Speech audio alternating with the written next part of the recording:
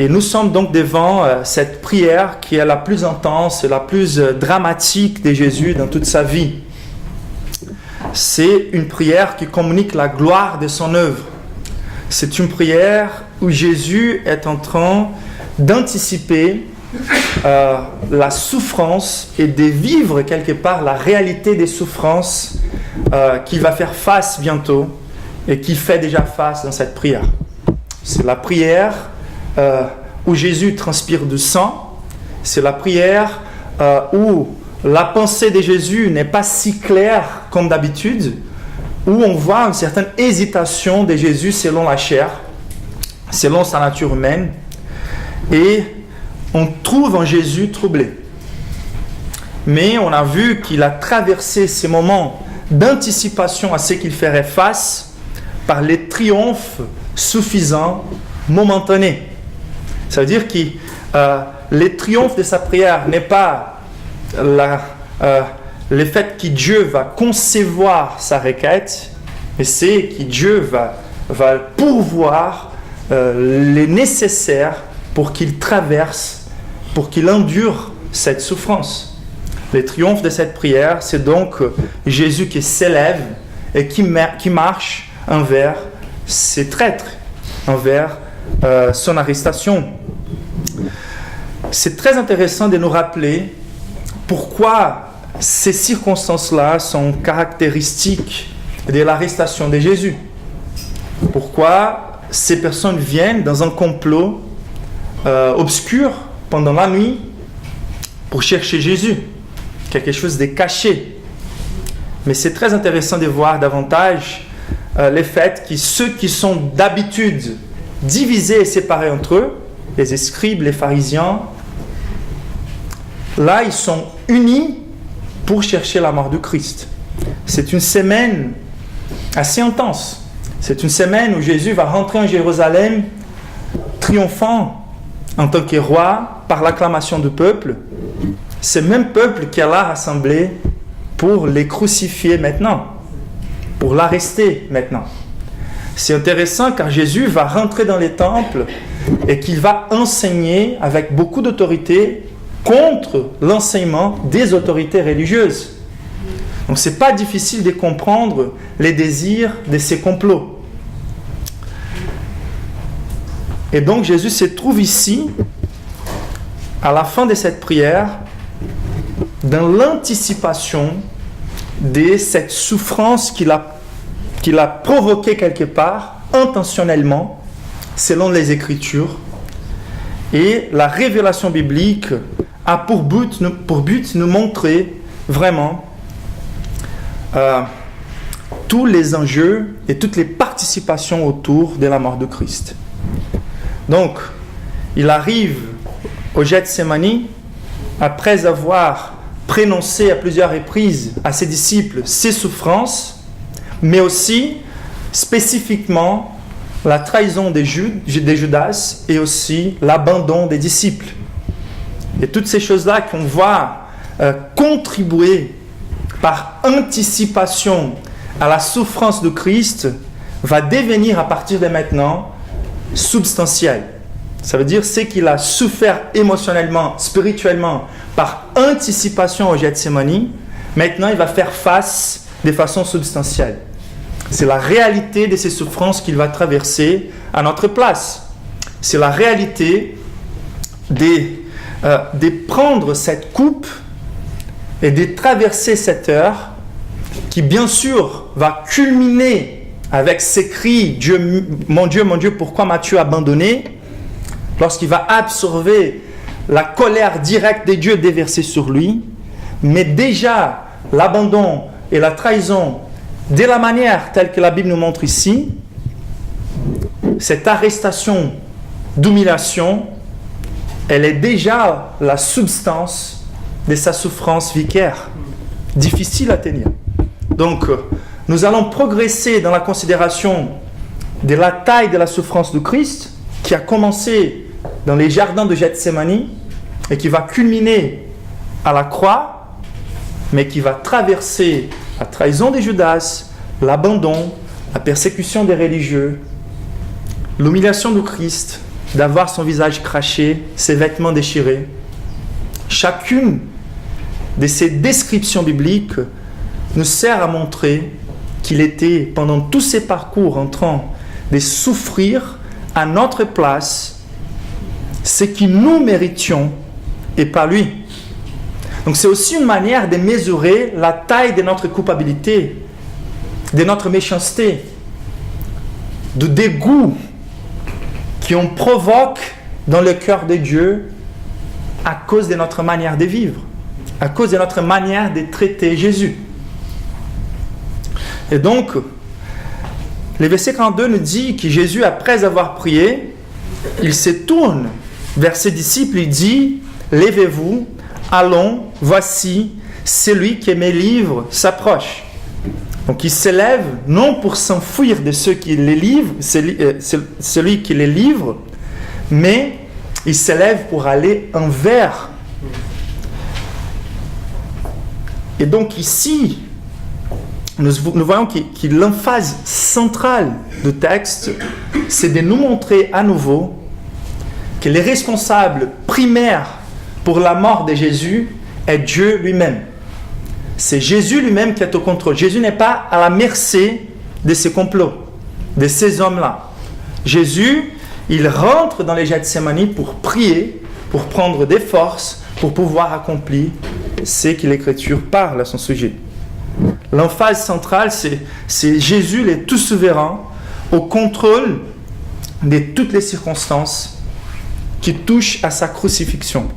C'est un problème déjà réglé entre Dieu et Dieu lui-même. On voit quelque part la bataille entre les pères et les fils, qui sont dans un commun accord pour notre salut, mais qui ne méprisent pas la réalité de la souffrance du fils causée par les pères. Il a plu à Dieu l'écraser par la souffrance. Les plaisirs de Dieu d'écraser les Christ, c'est les plaisirs de satisfaire les justes exigences de sa colère contre nos péchés. Ce n'est pas les plaisirs de voir son fils souffrir. Mais c'est clair qu'on voit un problème qui est en train d'être réglé que par les personnes qui peuvent les régler. Dieu, les pères et Dieu les fils. Mais c'est un problème qui n'était pas à la base un problème des dieux. La nécessité n'existait pas. La grâce de Dieu et l'amour de Dieu a voulu prendre cette problématique entre les hommes et Dieu et régler.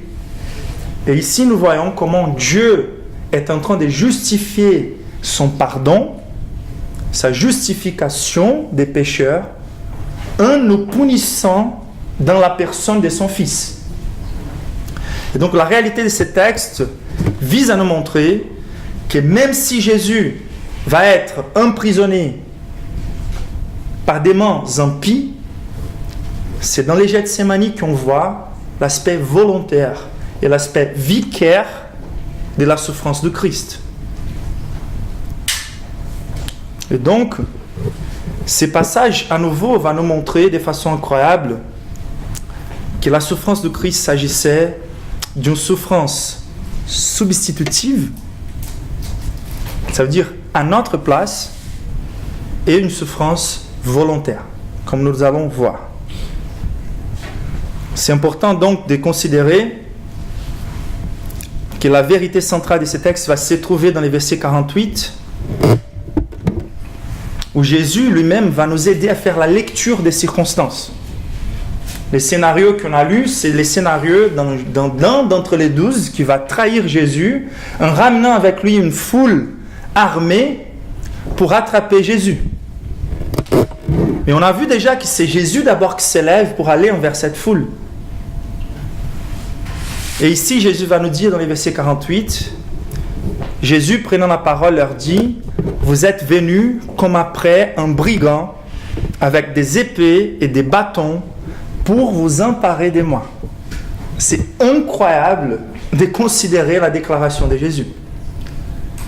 On pourrait rester des heures et des heures dans la méditation de ces textes et de voir beaucoup de choses très riches sans toucher au centre de ces passages. Mais c'est Jésus lui-même qui nous aide à interpréter les circonstances. Et la chose qui est la plus choquante au centre de ces passages, c'est comment cet être qui est Dieu lui-même sur terre l'être les plus doux, les plus innocents, les plus droits, comment il se laisse traiter et se laisse arrêter comme s'il s'agissait d'un brigand, d'un injuste, par des mains impies. Donc c'est incroyable de considérer la vérité centrale de ce texte, c'est l'être le plus digne de l'univers, c'est volontairement soumis à l'arrestation la plus humiliante pour nous délivrer de notre plus juste condamnation. Si on se rappelle très bien, on a mentionné que lorsque Adam est tombé dans les péchés, Dieu est venu pour appliquer la justice qu'il avait promis, la justice qui était due à la désobéissance d'Adam. L'homme qui péchera va mourir certainement, celui qui mange de ses fruits sera mort. Et Dieu vient vers Adam pour sa condamnation, et la réaction d'Adam, c'est de s'enfuir de la présence de Dieu en se cachant dans les bois. Et on a vu que Jésus, il est rentré dans les bois non pour s'enfuir de la condamnation de Dieu, mais pour prendre des forces, pour sortir de ces bois et se présenter devant Dieu pour souffrir la juste condamnation de nos péchés. Ça veut dire que ce que Jésus va vivre à partir de maintenant, ce n'est pas quelque chose à nouveau qui est à la merci des hommes, mais c'est quelque chose qu'il fait volontairement et substitutivement pour nous. Notre juste condamnation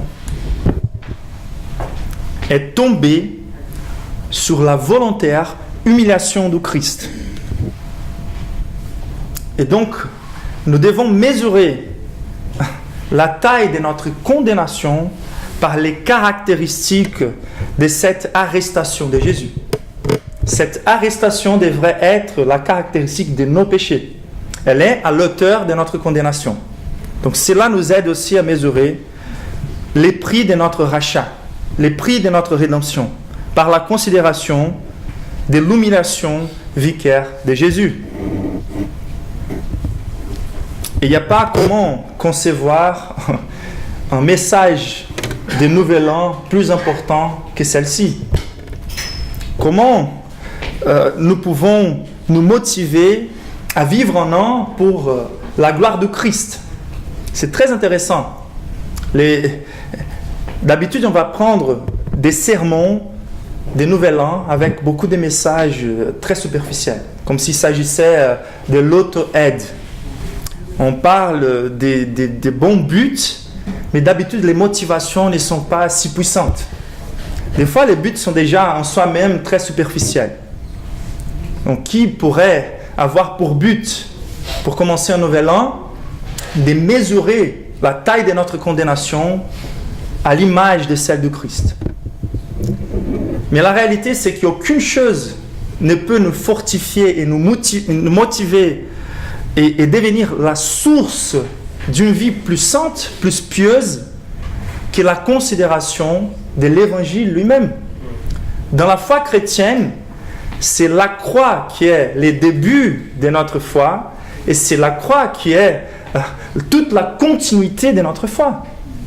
C'est toujours de revenir à la croix et de grandir dans la compréhension de la largeur, de la profondeur et de l'auteur de l'amour de Dieu manifesté en Christ que nous développons notre foi.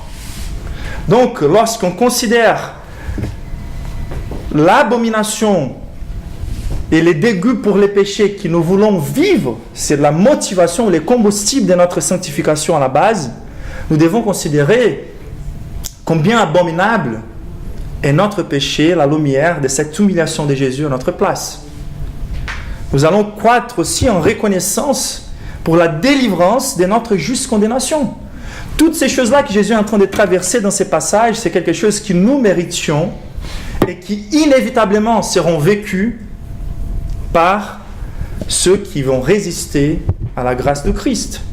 Donc si nous voulons croître en contentement dans cette nouvelle année, au lieu de chercher toujours des buts comme si on n'avait pas encore ce qu'on a besoin pour être content, le mieux de Dieu n'est pas encore à venir. Le mieux de Dieu est déjà venu. Quand on parle que les mieux de Dieu est encore à venir, on est en train de parler de la gloire. Mais l'anticipation de la gloire, elle est déjà là sur la croix de Calvaire. La rassurance de notre toute satisfaction se trouve dans ce que Jésus est en train de vivre. Amen. Si on considère quelle était la taille de notre condamnation, de voir le fait qu'on a été délivré de cette condamnation, car Jésus l'a vécu à notre place, on est déjà délivré de beaucoup des attentes irrisoires, qui peuvent être légitimes, mais qui ne sont rien comparées à ce que Jésus a déjà vécu pour nous et assuré pour nous. Pour croître en contentement, il nous faut considérer ce qui se passe dans ces textes. Pour croître dans la conviction de l'efficacité de notre rachat, il nous faut mesurer le fait qu'il a déjà souffert. Donc quelqu'un a déjà dit que les pasteurs n'ont pas de vacances. Et pendant cette vacance, je partage ici juste car vous ne connaissez pas la personne et n'avez les moyens de connaître. Mais j'ai des amis brésiliens qui sont en train de traverser une grosse crise dans leur mariage. Et cela a culminé avec ma période de vacances. Et une des difficultés de la partie coupable, c'était d'être enclin à abandonner sa foi, car il a senti qu'il a complètement taché son histoire avec Dieu. Il a commis l'adultère. Et c'était quelqu'un qui a toujours eu une bonne réputation dans la foi. Et Satan, il va toujours profiter de ces moments de chute pour nous convaincre que nous sommes des hypocrites. Et pour montrer que pour restaurer la réputation, ça va prendre beaucoup plus d'efforts et de temps. Et pour plus que j'ai eu envie vraiment de lui communiquer chaque fois plus la crainte, la terreur, les dégoûts de ses péchés, j'ai senti que c'était plutôt les moments de montrer en fait que c'est Jésus lui-même qui a déjà souffert.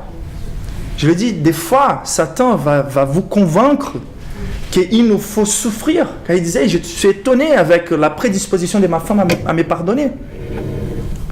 Et je lui dis, peut-être la sensation à ce moment-là, c'est que si tu étais plutôt puni par Dieu, tu te sentirais justifié quelque part. Tu sentirais que la justice serait appliquée sur ta vie. Et tu attends peut-être que Dieu manifeste la colère. Mais ce que tu as besoin de comprendre, c'est que lorsqu'on contemple la taille de la punition de Jésus sur la croix, c'est qu'à ce moment-là qu'on est convaincu qu'il n'y a rien de plus à payer. Si tu persévères dans les mépris de la grâce de Dieu qui est en train d'ouvrir cette fenêtre devant toi, bien sûr, la discipline de Dieu va se manifester sur ta vie. Mais profite des moments de la grâce de Dieu pour chérir la souffrance de Jésus à ta place. Et c'est dans la considération de la souffrance de Christ que nous allons trouver des ressources, même pour la résurrection des choses qui sont mortes. Et donc, il nous faut croître dans la réjouissance et dans la conformité de la gloire de Christ par la considération de son humiliation. La vérité centrale donc de ces textes, c'est que l'être le plus digne de l'univers s'est volontairement soumis à l'arrestation la plus humiliante pour nous délivrer de notre juste condamnation. Pour rendre cette vérité plus applicative, nous allons considérer de cette manière. Nous devons profiter, et par là je veux dire assimiler, embrasser, chérir et nous conformer à la gloire du Christ révélée dans son arrestation volontaire et vicaire. Donc, Jésus est en train de manifester sa gloire par la manière dont il va s'exposer à l'humiliation dans cette arrestation volontaire et substitutive. Et la révélation de cette gloire de Christ, c'est quelque chose que nous devons profiter, que nous devons assimiler, embrasser, chérir et nous conformer. Donc la question c'est comment constater la gloire de son humiliation dans cette arrestation volontaire et vicaire. Nous allons considérer 5 réponses, 2 aujourd'hui et 3 la semaine prochaine. Nous allons rester dans ces textes pendant ces 2 dimanches. La première réponse, c'est: nous constatons la gloire de son humiliation dans son arrestation par son exposition volontaire et vicaire au mépris de sa grâce. Lisons ensemble les versets 43. Et aussitôt, comme il parlait encore, arriva Judas, l'un des 12, et avec lui une foule armée d'épées et de bâtons, envoyée par les principaux sacrificateurs, par les scribes et par les anciens. La première manifestation de la gloire de Dieu, de Christ dans cette humiliation, c'est le fait qu'il s'expose volontairement et qu'il s'expose de façon substitutive au mépris de sa grâce. C'est étonnant de contempler les représentativités de la foule qui est venue pour trahir Jésus. Le texte nous dit qu'il s'agit d'une foule formée par des principaux sacrificateurs, par des scribes, par des anciens et par une foule qui est caractérisée par la composition des Romains avec ses épées et de la police juive caractérisée par les bâtons. Donc c'est assez intéressant car l'ensemble de l'humanité est représenté dans l'arrestation de Jésus. Et pourquoi? C'est une emphase sur les mépris de sa grâce, car la grâce de Dieu, c'est l'expression la plus évidente de son amour. Lorsqu'on étudie sur l'amour de Dieu, on essaye de contempler les facettes de l'amour de Dieu. Et les facettes de l'amour de Dieu sont composées par exemple par sa miséricorde, par sa patience et surtout et avant tout par sa grâce. Surtout car nous sommes une race de pécheurs, toutes les faveurs de Dieu envers nous, c'est fruit de sa grâce. C'est l'amour immérité de Dieu. C'est l'amour contre-conditionnel de Dieu. Et ici nous voyons Dieu généreux, Dieu gracieux, Jésus qui descend de sa gloire, qui s'est fait chair et qui avait prononcé avec toute l'histoire de l'Ancien Testament le fait qu'il viendrait pour sauver l'humanité. Et il a donné dans sa grâce les privilèges encore plus forts et puissants et profonds à un peuple, les Juifs. Et d'entre ce peuple-là, il a donné des leaders spirituels, les religieux. C'est-à-dire que pour aider le peuple à comprendre davantage la générosité de Dieu pour notre salut, il a institué des leaders religieux, les sacrificateurs. Mais ici, nous voyons que ceux qui étaient censés à aider le peuple à comprendre la grâce de Dieu qui serait manifestée dans les Messies, ce sont ces personnes-là qui sont en train de s'élever contre la grâce de Dieu. C'est-à-dire qu'on ne peut pas imaginer un mépris plus profond de la grâce de Dieu que celui qui est pratiqué par ceux qui sont plus intimes avec la faveur de Dieu envers l'humanité. Et c'est choquant et étonnant de savoir que ces caractéristiques aussi, que les leaderships spirituels puissent se corrompre à point de s'élever contre la faveur de Dieu, contre la générosité de Dieu, contre la grâce de Dieu, contre l'intimité avec Dieu, pour supprimer la vraie version du Messie.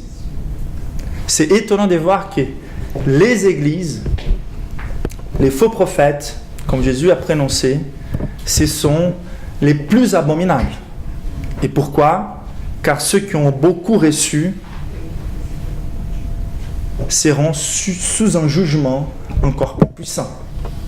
Et c'est intéressant de voir que cette foule a été envoyée par les principaux sacrificateurs, par les scribes et par les anciens. Mais l'emphase centrale ici, c'est sur Judas, bien sûr. Les versets commencent avec, comme il parlait encore, donc Jésus s'élève et dit « Levez-vous, celui qui me livre s'approche ». Et l'emphase ici, c'est encore plus étonnante, c'est celle-ci. Lorsqu'il parlait encore, arriva Judas, l'un des 12, et avec lui, une foule armée. L'un des 12, à nouveau, car Jésus avait dit, l'un des 12 va me trahir. Et maintenant, on voit l'un des 12 qui est en train de lui trahir. Et c'est Judas, c'est lui qui a mis la main sur la table avec lui. C'est Judas qui avait cette intimité. Judas, c'est un mystère. Comment quelqu'un peut s'approcher si tant et de façon si intime de la présence de Dieu, de la grâce de Dieu, du pain qui est descendu du ciel et qui peut s'anéantir à tel point et même nourrir de la colère contre Dieu à point de livrer Jésus à la mort. C'est même Jésus que la Bible nous dit qui a aimé Judas jusqu'à la fin. C'est même Jésus qui est dans ces moments même où Judas va lui baiser pour le livrer, va dire « Mon ami, qu'est-ce que tu fais ?» Et par là, est encore en train de montrer à Judas qu'il a une dernière opportunité de se repentir, de mettre en lumière la taille de la méchanceté de ce qu'il est en train de commettre. La capacité que nous avons, pour plus que les personnes nous voient, et pour plus qu'on ait la capacité de faire semblant que par notre intimité aux choses saintes, nous sommes des disciples authentiques. Mais en ayant toujours ces risques terrifiants d'être un traître de Jésus, d'être un imposteur. Il y a les leaders religieux, mais ça peut être que même les leaders religieux ne soient pas si intimes de Dieu. Mais il y a des Judas aussi dans la foi chrétienne. On pourrait confondre les croyants authentiques, les plus froids dans la foi, comme des imposteurs, mais on donnerait notre vie pour attester la véracité de certaines personnes qui se disent disciples de Christ. Et la réalité, c'est qu'il y a un seul homme, un seul Dieu qui peut soutenir toute seule notre foi. Peu importe les scandales que les personnes peuvent provoquer, c'est que Jésus qui peut soutenir notre foi. Et donc voici, nous voyons les péchés contre l'amour de Dieu, contre la grâce de Dieu, manifestés surtout par cette intimité qui a été développée par quelqu'un qui a reçu les sommets de la générosité de Dieu, de vivre avec Jésus en étant un des 12 et d'avoir péché contre Jésus dans ces niveaux d'intimité. Donc là, il nous faut aussi mesurer l'expérience de Jésus dans cette souffrance. C'était quelqu'un qui a reçu tout de la part du Christ, qui a reçu les paroles de vie éternelle, qui a reçu les privilèges d'être compté entre les 12 disciples, qui a reçu la puissance pour chasser des démons, pour opérer des miracles.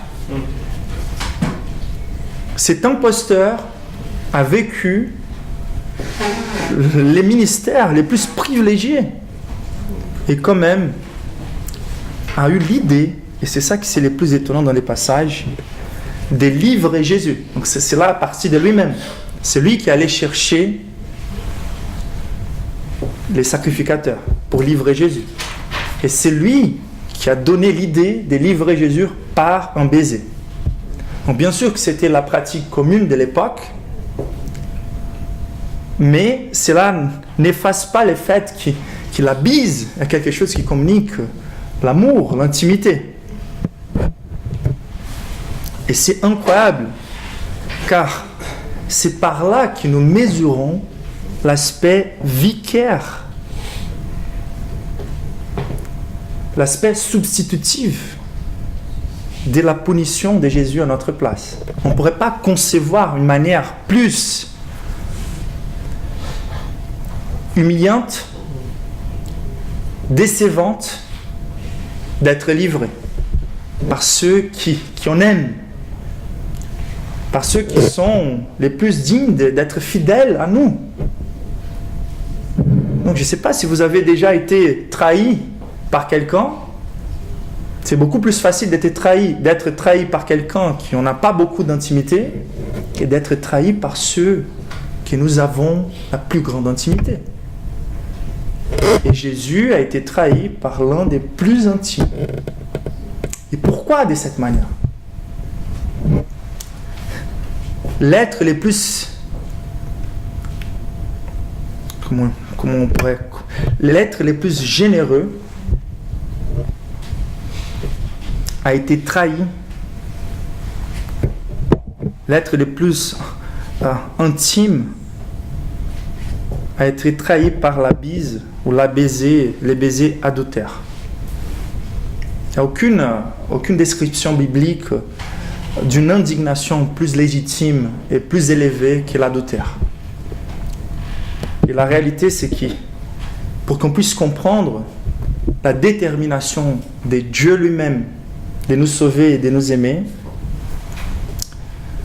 c'est Dieu qui avait tout donné à Adam et à Ève et qui a souffert avec cette intimité qu'il avait créée dans l'Éden, les fils de l'homme qui allaient prendre notre place de façon substitutive, de vrai, connaître aussi premièrement cette trahison. Et l'adultère que nous avons commis contre Dieu, qui nous fait mériter la punition la plus sévère, que l'adultère va illustrer dans l'Ancien Testament, c'est cette indignation, c'est cette colère du mari qui a tout investi et dont cette épouse va lui trahir. C'est cette colère qui devrait être déversée sur nous, qui va être déversée sur les Christ. Tous les péchés, c'est un type d'adultère. Chacun d'entre nous a provoqué ces sentiments de trahison ou d'être trahi de la part de Dieu, dans le cœur de Dieu. Et donc, cette souffrance de Jésus, c'était une souffrance à l'auteur de ce qui en mérite. C'est-à-dire qu'il nous faut assimiler que ce que nous avons mérité est retombé sur Jésus en termes de mépris de sa grâce. Mais même dans ces circonstances-là, Jésus a donné à Judas grâce sur grâce et lui a permis une dernière opportunité de repentir. Et c'est assez intéressant car Jésus n'était pas qu'en train de souffrir cette exposition au mépris de sa grâce, mais il était en train d'afficher l'aspect suprême de sa grâce par l'efficacité d'une générosité encore plus grande. Donc c'est une chose de s'exposer au mépris de sa grâce dans ce que Judas est en train de faire contre lui et les leaders religieux, mais c'est très intéressant de remarquer que le fait de s'exposer au mépris de sa grâce, c'est aussi de créer une opportunité d'être davantage gracieux et de manifester la suprême exposition de sa grâce, emportant jusqu'à la croix notre adultère et en subissant la punition de notre adultère à la croix. Donc c'est super intéressant de remarquer que Jésus n'était pas qu'en train de souffrir gracieusement cette trahison de Judas, mais il était en train de supporter l'équivalent de la punition de cette trahison sur lui-même, sur la croix. C'est-à-dire que c'était la souffrance suprême de l'adultère qu'il a vécu, du mépris de sa grâce, pour pouvoir absorber cette punition lui-même. Et donc, en considérant la gloire de la grâce de Dieu qui s'est permis de se mépriser et qui allait jusqu'à la croix pour souffrir cette punition, nous voyons en Christ les modèles de comment nous devons vivre. Nous sommes des chrétiens. Et si nous avons l'assimilation, que nous méritions cette punition nous-mêmes et non lui, nous avons encore plus de raisons pour subir les mépris de notre générosité.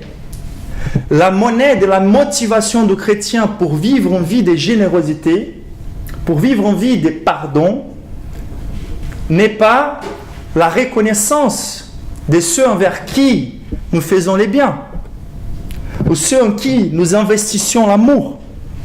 Les concepts bibliques, c'est grâce sur grâce. La base de notre motivation pour vivre une vie gracieuse n'est pas de dépendre la gratitude des personnes ou la dignité de notre amour. C'est de considérer qu'est-ce que Jésus a souffert à ma place qui doit me motiver à souffrir les mépris des biens que je fasse envers les personnes. Car quand les personnes me traitent avec ingratitude, c'est juste. Car je suis un adultère. Mais plus que cela, car les bancs des ressources pour vivre une vie de générosité et de grâce n'est même pas que la conscience que nous sommes dignes d'ingratitude, mais c'est de regarder celui qui est digne de toute reconnaissance, mais qui en lui-même est une source de grâce sur grâce. C'est le caractère de Dieu qui est à la base d'une vie de grâce. Ce n'est pas nos mérites ou notre manque de mérites, c'est vraiment l'aspect de l'amour généreux et gracieux de Dieu. Donc Jésus ici il est en train de nous montrer comment les chrétiens doivent vivre. Les chrétiens doivent vivre par la manifestation des grâces sur les personnes qui ne montrent pas de reconnaissance ni de dignité pour notre amour. Mais aussi nous constatons dans ces passages que l'humiliation de son arrestation est glorieuse par son exposition volontaire et vicaire à l'insurrection contre sa puissance. Et ça, c'est étonnant car nous sommes devant un des textes les plus paradoxaux des Écritures. Versets 46 à 48 nous disent le suivant. Ces gens mirent la main sur Jésus et les saisirent. Un de ceux qui étaient là, tirant l'épée, frappa les serviteurs du souverain sacrificateur et lui emporta l'oreille. Jésus, prenant la parole, leur dit, « Vous êtes venus comme après un brigand, avec des épées et des bâtons, pour vous emparer des moi. » La chose la plus paradoxale, c'est de regarder comment les dieux créateurs a pu se permettre d'être traité, d'être touché, d'être arrêté par démons impies des êtres humains. C'est l'emphase dans ces passages sur la toute-puissance de Dieu en étant confronté par l'insurrection des êtres créés. Colossiens chapitre 1 nous dit le suivant, le verset 16. « Car en lui, Jésus, ont été créées toutes les choses qui sont dans les cieux et sur la terre, les visibles et les invisibles, trône, dignité, domination, autorité. Tout a été créé par lui et pour lui. Il est avant toutes les choses et toutes choses subsistent en lui. Il est la tête du corps de l'Église et il est le commencement, les premiers-nés d'entre les morts, afin d'être en tout les premiers. Car Dieu a voulu que toute plénitude habita en lui. » Vous voyez qui est la personne ici qui est en train d'être emparée par ces hommes-là. C'est ridicule de s'élever contre Dieu avec des bâtons, des épées, même avec une bombe atomique. On est devant celui qui a créé toutes les étoiles, qui les appelle par son nom, par leur nom. C'est celui qui non seulement a créé toutes les choses, mais qui soutient toutes les choses par sa parole. Et pour qu'on ait une idée, L'image ici nous fait rappeler l'Arche de l'Alliance. Ces gens mirent la main sur Jésus. C'est ça que les textes nous disent. Et on sait très bien qu'est-ce qui s'est passé lorsque les personnes essayaient de mettre la main sur l'Arche de l'Alliance qui représentait la présence de Dieu, qui représentait Christ lui-même. Ils étaient fulminés, ils étaient exterminés par la gloire de la sainteté de Dieu, la révélation de la puissance de Dieu. C'est impossible de s'approcher de Dieu. Ni les anges avaient la capacité ou ont la capacité de s'approcher si tant de Dieu. L'Arche de l'Alliance avait 2 archanges qui symbolisaient le fait que la présence de l'intimité ou l'intimité avec la présence de Dieu est quelque chose à être évité même par les êtres saints. La Bible nous décrit Satan avant sa chute comme étant les chérubins loin de la garde. Qu'est-ce qu'il devrait garder s'il n'y avait aucun être méchant? Il gardait simplement la présence de l'intimité, ou l'intimité avec la présence et la gloire de Dieu. Personne ne peut voir la face de Dieu et vivre. Tellement saint, tellement feu dévorant, tellement puissant est notre Dieu. Mais la réalité ici, c'est que ces personnes-là sont en train de mettre la main sur Jésus. Marc, il est très résumé dans son passage, mais il nous faut voir l'aide de Jean 18, par exemple. Jésus sachant, verset 4, Jésus sachant tout ce qui devait lui arriver, s'avança et leur dit, « Qui cherchez-vous » Ils lui répondirent, « Jésus de Nazareth. » Et Jésus leur dit, « Je suis. » Il était très grand. Il a dit les noms de Dieu en appliquant cela à soi-même. Vous voyez le contexte, la conviction de Jésus de qui il était. Il n'est pas vulnérable. Mais le texte, il continue encore plus. Et Judas, qui les livrait, était avec eux. Lorsque Jésus leur dit, c'est moi, ou je suis, dans l'original, ils reculèrent et tombèrent par terre. Voici l'arrestation de Christ. Des hommes avec des épées, des hommes avec des bâtons, une foule qui essaie de s'approcher la nuit de Jésus. Et par la simple déclaration de sa parole, les mêmes paroles qui soutiennent l'univers, Jésus dit, c'est moi.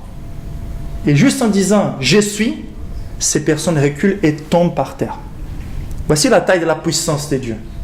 Juste une petite manifestation de la puissance de Dieu. Il leur demanda à nouveau, qui cherchez-vous? Et dirent, Jésus de Nazareth. Jésus répondit, je vous ai dit que je suis. Si donc c'est moi que vous cherchez, laissez aller ceci. Il dit cela afin qu'il s'accomplisse la parole qu'il avait dite. Je n'ai perdu aucun de ceux que tu m'as donnés. C'est intéressant. La toute-puissance de Jésus, non seulement se manifeste, mais elle aussi préserve les siens. Quel heureux c'est Jésus. Il a déjà prévu et prédit l'abandon de tous. Mais même là, il est en train de zéler pour la préservation de ces hommes-là. Mais il y a quelque chose qui sort quelque part de l'obéissance volontaire de Christ. Donc il n'y a pas que ces hommes qui sont là en train de faire une insurrection contre la puissance de Jésus. Il y a aussi un d'entre les disciples de Jésus qui ne fait pas confiance non plus à la toute-puissance de Jésus. Mais c'est très intéressant de regarder la version aussi de Matthieu, chapitre 26. Car lorsque Pierre va s'élever pour couper l'oreille de ses serviteurs de sacrificateurs, Jésus dit le suivant. Penses-tu que je ne puisse pas invoquer mon Père, qui me donnerait à l'instant plus de 12 légions d'anges? MacArthur dit le suivant. 12 légions d'anges sont 72 000. Pouvez-vous imaginer quel genre de défense serait 72 000 anges quand dans l'Ancien Testament, un ange aurait tué 185 000 Assyriens? 72 000 anges pourraient faire des gros dégâts. Il dit cela, et ensuite il dit l'impérative, range ton épée à Pierre. Donc vous voyez comment la puissance de Jésus est clairement manifestée dans ces passages, dans cette arrestation.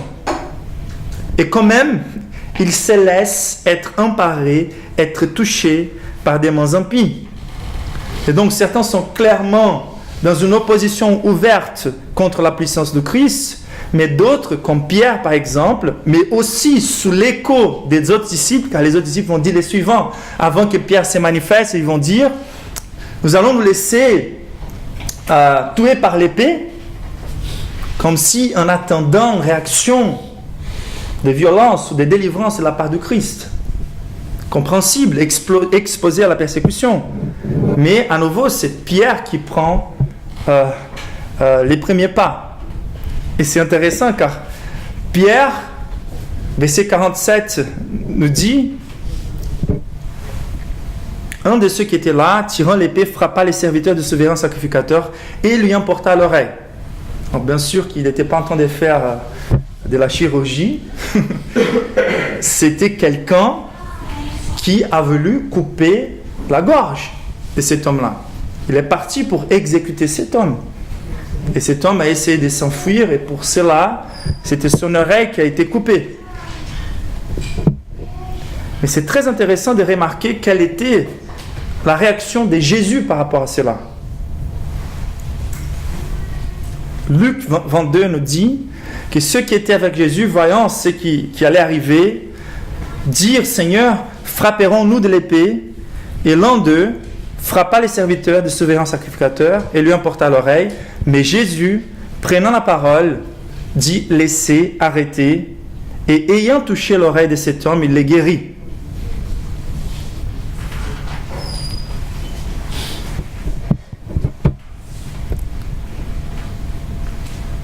Pourquoi Pierre avait une épée? Ça, c'est une bonne question. Car les disciples du Christ et Christ lui-même étaient sous persécution. Et c'était la défense légitime. Mais la réponse devrait être toujours à l'auteur de la violence, du risque des morts. C'était Jésus lui-même qui les a instruits à porter une épée pour se protéger. Mais c'est Jésus lui-même qui, dans ces passages, va se tourner vers Pierre en disant « Remets ton épée à sa place, car tous ceux qui prendront l'épée périront par l'épée. » Qu'est-ce qu'il veut dire par là? Il nous rappelle de la loi de l'Ancien Testament, de la peine capitale lorsqu'ils ont tué quelqu'un. Il n'y avait pas encore l'exposition à ces risques pour l'instant.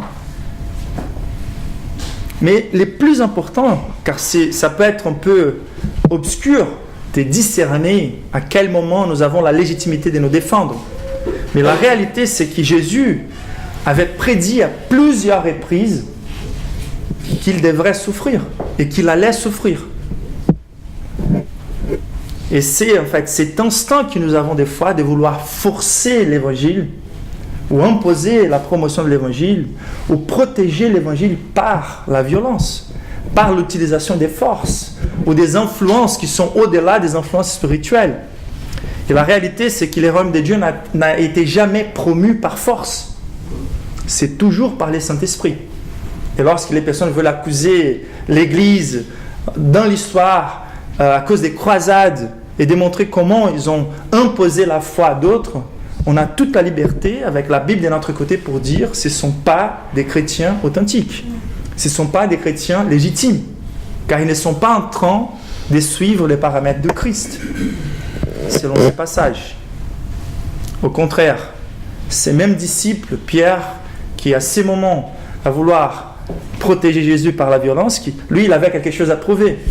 Il avait dit, même si c'est nécessaire de mourir ou de rendre évidente mon allégeance, mais tellement lâche il était. Car c'est facile, après, que Jésus dise « Mais voici où je suis » et que tout le monde tombe par terre, c'est facile de profiter de ces moments d'assurance pour se montrer puissant. Mais la réalité, c'est qu'il était tellement lâche. Et que Jésus a freiné cette manière de vouloir régler les choses.